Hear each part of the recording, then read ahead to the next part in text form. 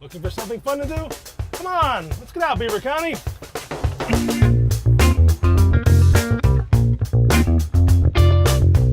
Hey everybody, welcome to Get Out this weekend. We're standing here in Grove Cemetery in New Brighton.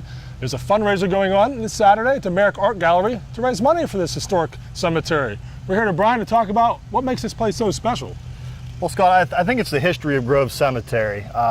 Back in the late 1850s, when New Brighton was becoming an area of commerce, the founding fathers of New Brighton decided they had to move the Quaker Presbyterian burial ground in order to make room for commerce.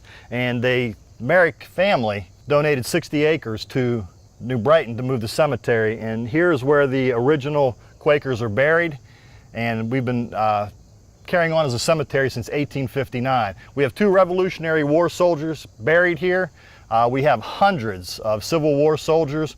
One is an escaped slave, escaped from Kentucky, came to New Brighton, settled here, fought in the Civil War and lived here. So there's a lot of history here at Grove Cemetery, and I think that's what makes it special. It's a time of year Halloween people think about cemeteries, but this is a very, as you mentioned, historic place. How will this money help? The money will help with the perpetual care. Grove Cemetery, like a lot of cemeteries, we don't get any funding from local governments, state or federal governments. We rely on the burials, so we're still a full functioning cemetery, and the donations and charity of people. So the event will help continue with the perpetual care here, Scott. And just a nice tie-in, you mentioned the Merrick family, very distinguished in New Brighton, still involved.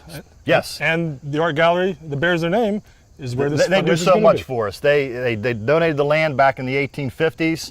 The Merrick Art Gallery is a treasure in New Brighton that I don't think a lot of people know about. You know, we're hosting the event there, and Peter Merrick, a descendant of the Merrick family who still runs Standard Horse Nail in New Brighton, is on our board. So there's a tie-in from the Merricks from the 1800s to now, and I think that's kind of cool, and that's another thing that makes our cemetery very special. So there you go. While you're having your wine and cheese, looking at all the beautiful paintings at the Merrick Art Gallery this Saturday, know it's going to a great cause to help this cemetery.